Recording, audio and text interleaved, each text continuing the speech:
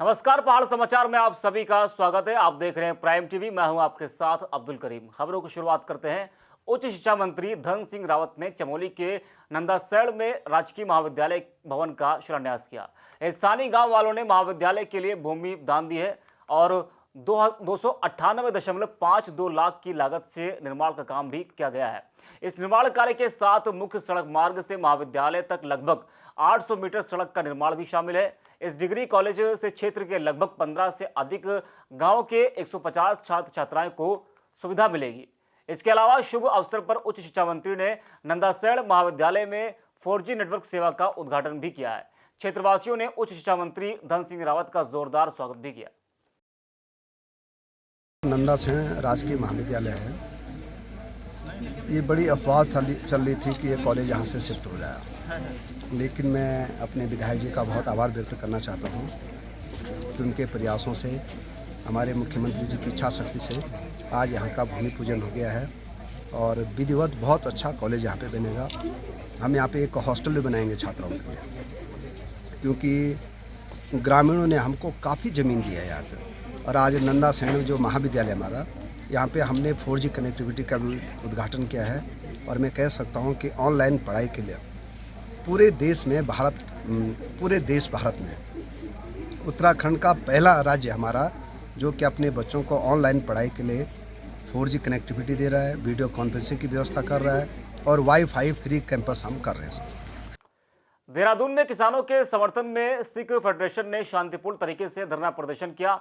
Sikh federation के इस प्रदर्शन में पूर्व कांग्रेस प्रदेश अध्यक्ष और उपाध्याय समेत कई कांग्रेसी नेता भी शामिल हुए और इन सभी लोगों ने किसान के खिलाफ लाए गए काले बिल को वापस कराने की मांग की है और प्रदर्शन तब तक जारी रहेगा जब तक काले कानून को वापस नहीं ले जाता है। किसान बिल के विरोध में आज कांग्रेसी कार्यकर्ताओं ने मिलकर एसडीएम कार्यालय पर धरना प्रदर्शन किया। प्रदर्शन के दौरान कांग्रेसी कार्यकर्ताओं ने नारेबाजी करते हुए सरकार को एक ज्ञापन सौंपा है। कांग्रेसियों ने आरोप लगाते हुए कहा कि सरकार किसानों की समस्या को नजरअंदाज कर रही है। कार्यकर्ताओं ने कहा कि किसानों की आवाज को दबाने नहीं दिया जाएगा और किसानों की लड़ाई में कांग्रेस हर कदम पर उनके साथ खड़ी है। हमारी जो 3 काले कानून सरकार ने पास कर दिए हैं, उद्योगपतियों के हित में जो कानून बनाए गए हैं, आज एसडीएम कोर्ट हल्द्वानी में हमारे गोलापार क्षेत्र और तमाम क्षेत्रों से आए किसान भाइयों द्वारा एक उग्र प्रदर्शन किया गया और सरकार को हम चेतावनी देनी चाहते हैं। जिस तरह आपके द्वारा किसानों का दमन किया जा रहा है, दमनकारी नीतियां जो अपनाई जा रही हैं, किसानों पे ठंडे पानी की फुहारें जो छोड़ी गई, किसान जो है फुहार से नहीं डरता है। किसान अगर कुल्ला भी करता है तो नदी की धार से करता है, वो क्या डरेगा पानी की फुहार से। तो मैं सरकार को चेतावनी देना चाहता हूं। सरकार ने जो दमनात्मक रवैया जो अपना रखा है और चारों तरफ हमारी सेना जिसने सीमाओं की रक्षा करनी थी उसको लाके टोल प्लाजों में खड़ा कर दिया किसानों के विरोध में। जवान के विरोध में किसान को खड़ा करना ये एक दुख का विषय है और महत चिंता का विषय है और सरकार को अपने कदम पीछे लेने चाहिए और 3 काले कानून वापस लेने चाहिए। हमारी ये मांग को लेकर हम ज्ञापन देने जा रहे हैं। वहीं कलियर में पीपल चौक पर समाजवादी पार्टी के कार्यकर्ताओं ने किसानों के हक में शुरू हुई लड़ाई को लेकर नारेबाजी की। प्रदर्शन के समय पूर्व जिला अध्यक्ष मौसम अली ने कहा कि हमने कलियर में धरना प्रदर्शन किया है और जब तक ये काला बिल वापस नहीं होगा तब तक समाजवादी पार्टी के कार्यकर्ता धरना प्रदर्शन और बड़े बड़े आंदोलन जारी रखेंगे। इस दौरान मौसम अली, पूर्व जिला अध्यक्ष के साथ कई लोग मौके पर मौजूद रहे। जो धरना प्रदर्शन हो रहा है इसको पूरा हिंदुस्तान क्या पूरा देश देख रहा है कि ये गरीब किसान के हक की लड़ाई के लिए हमने यहाँ धरना प्रदर्शन दिया हुआ है। हमारे देश की लापरवाह सरकार टस से मस नहीं हो रही है। 15-20 दिन से गरीब किसान भूखा प्यासा सर्दी में ठिठुर रहा है, लेकिन माननीय नरेंद्र मोदी जी के पास इतना भी वक्त नहीं है कि वो गरीब किसान का हाल जान सके या उनसे ये पूछ सके कि तुम्हारी क्या समस्या है। इसलिए समाजवादी पार्टी इसका सख्त कड़ा विरोध करती है कि माननीय नरेंद्र मोदी जी आपको ये काला बिल वापस लेना होगा, क्योंकि जब देश का अन्नदाता ही परेशान होगा तो आप ये बताइए कि आपका प्रधानमंत्री होने का क्या फायदा।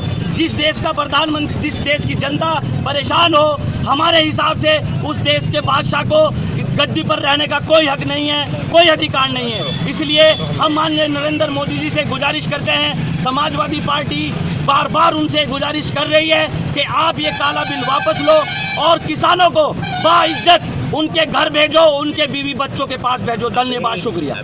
पौड़ी गढ़वाल में राष्ट्रीय संस्मरण प्राधिकरण के राष्ट्रीय अध्यक्ष ने सीता सर्किट का निरीक्षण किया। निरीक्षण के समय राष्ट्रीय अध्यक्ष ने सीता मां के मंदिर में जाकर पूजा अर्चना भी की। उन्होंने कहा कि प्रदेश सरकार की ओर से क्षेत्र को सीता सर्किट के रूप में विकसित करने की जो शुरुआत की गई है वो बहुत ही सराहनीय है। इसी के साथ उन्होंने ये भी कहा कि धार्मिक पर्यटन के रूप में इस क्षेत्र को विकसित किया जाएगा। और लोकप्रिय मुख्यमंत्री आदरणीय त्रिवेंद्र सिंह रावत जी का हृदय से धन्यवाद दूंगा कि हम लगातार पिछले 3 सालों से सीता सर्किट को डेवलप करने की बात कर रहे हैं और माननीय मुख्यमंत्री जी स्वयं इस पावन धरती पे आ चुके हैं और आज राष्ट्रीय स्मारक प्राधिकरण के राष्ट्रीय अध्यक्ष और हमारे इस उत्तराखंड से पूर्व राज्यसभा के सांसद आदरणीय अपने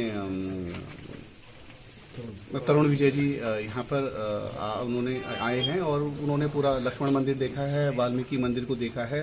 सर्किट वास्तव में भारत माता की आराधना का सबसे बड़ा एक तीर्थ क्षेत्र बनने जा रहा है, इसमें मुझे कोई संदेह नहीं है।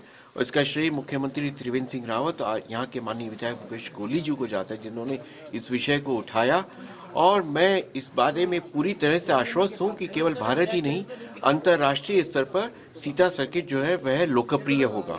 मैंने बताया लाओस में सीता बैंक है, म्यांमार में, थाईलैंड में, कंबोडिया में, जापान, कोरिया और बाली में माता सीता के प्रति इतनी अद्भुत, अगाध और अमिट निष्ठा है कि जब उन्हें इस उत्तराखंड के इस सीता तीर्थ के विषय में पता चलेगा तो अंतर्राष्ट्रीय क्षेत्र से लोग यहाँ अवश्य आएंगे।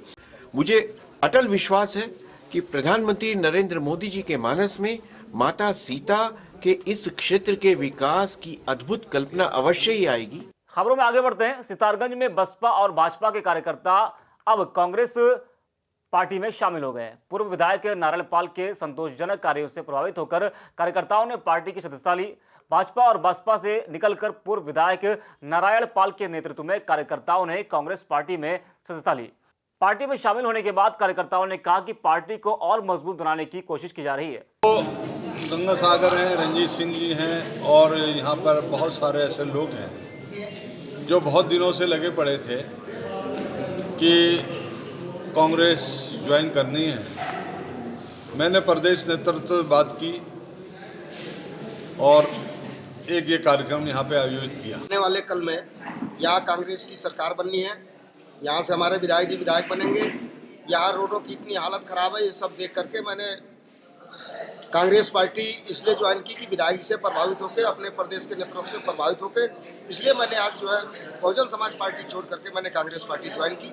जोशीमठ के ग्रामीण इलाकों में धीरे धीरे घराट की कमी होने लगी है। अब बहुत कम जगहों पर गेहूं और जौ पीसने वाले घराट दिखाई देते हैं। नए समय में ज्यादातर लोग बिजली की चक्की से ही गेहूं पीस रहे हैं। इलाके के लोगों का कहना है कि घराट से बिजली की भी बचत होती है और घराट को अगर बढ़ावा मिलेगा तो घराट चलाने के साथ साथ लोगों को कई चीज़ों में भी फायदा मिलेगा। आज़ादी के लगभग 70 साल बाद जो है हम घराट का ही आटा का यूज़ करते हैं। ग्रामीण सभी लोग यहाँ पर आटा जैसे अपने गेहूँ देते हैं, जौ देते हैं, हम उसको पीसते हैं, उसके बदले में हमसे थोड़ा सा आटा देते हैं, आम वाले से ज़्यादा नहीं। और अभी हम कहीं क्या नहीं, गुड़ तो जरूर है लेकिन यहाँ पर गुड़ में तो गुड़ नहीं है तो और चीज़ कहाँ से होगी, इसलिए घराट पे हम अपना आटा और इसी पे अपना जीवन यापन करते हैं। कैबिनेट मंत्री मदन कौशिक ने विकासनगर में प्रदेश मुख्यालय में नए कृषि कानूनों को लेकर प्रेस कॉन्फ्रेंस की। इस दौरान मदन कौशिक ने कहा कि केंद्र सरकार किसानों की आय को दोगुना करने और उनके हित के लिए कृषि सुधार कानून लेकर आई है। मदन कौशिक ने कहा कि उपज की कीमत को सही तरीके से तय किया जाए और अगर किसानों ने फसल खरीदने के करार को खत्म कर दिया तो उसका उनको हर्जाना भरना होगा। किसान सभी पाबंदियों से मुक्त हो जाएंगे। मदन कौशिक ने कहा कि भारत सरकार ने कृषि विभाग का बजट 6 साल में 6 गुना बढ़ाया है। विकासनगर के सहसपुर थाना अध्यक्ष के नेतृत्व में पुलिस की टीम ने चेकिंग अभियान चलाया। चेकिंग के दौरान पुलिस की टीम ने अवैध चरस के साथ एक आरोपी को धर दबोचा है। पकड़े गए तस्कर के साथ उसके 2 और साथी गिरफ्तार किए गए हैं। दोनों के खिलाफ संबंधित धाराओं में केस दर्ज किया गया है और अब शातिर तस्करों को पुलिस जेल भेजने की तैयारी कर रही है।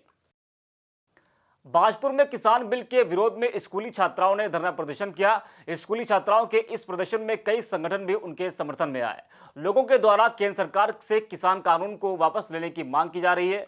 भारतीय किसान यूनियन के प्रदेश अध्यक्ष के द्वारा कानून को वापस कराने के लिए सरकार के खिलाफ जमकर नारेबाजी की। साथ ही उन्होंने ये भी कहा कि प्रदर्शन करने वाले किसानों के साथ जो व्यवहार किया जा रहा है वो शर्मनाक है। जो हमारे दिल्ली में बैठे हुए हैं वहाँ पर हड़ताल पर, वहाँ हमारे छोटे बच्चों से लेकर के बड़े बुजुर्ग तक हमारे वहाँ पर बैठे हुए हैं, जबकि जो केंद्र सरकार ने जो किसानों के 3 बिल पास किए हैं उसके जो है विरोध में वो लोग बैठे हुए हैं और हम चाहते हैं कि केंद्र सरकार जो है किसानों की बात को सुने। वहीं रुद्रप्रयाग के जिला कार्यालय कक्ष में डीएम ने रेलवे निर्माण कार्यों को लेकर अधिकारियों के साथ बैठक की। बैठक में कहा गया कि अधिकारियों के पास जो भी शिकायत आई है उनका सभी शिकायतों का जल्द से जल्द निस्तारण किया जाएगा और जो भी लोग मूलभूत सुविधाओं से वंचित हैं उनको किसी तरह से सुविधाएं मिलनी है उस पर ज्यादा ध्यान दिया जाएगा। डीएम ने कहा कि निर्माण कार्यों की गुणवत्ता पर विशेष ध्यान दिया जाएगा। फिलहाल खबरों में इतना ही। देश और दुनिया की तमाम बड़ी खबरों के लिए देखते रहिए प्राइम टीवी।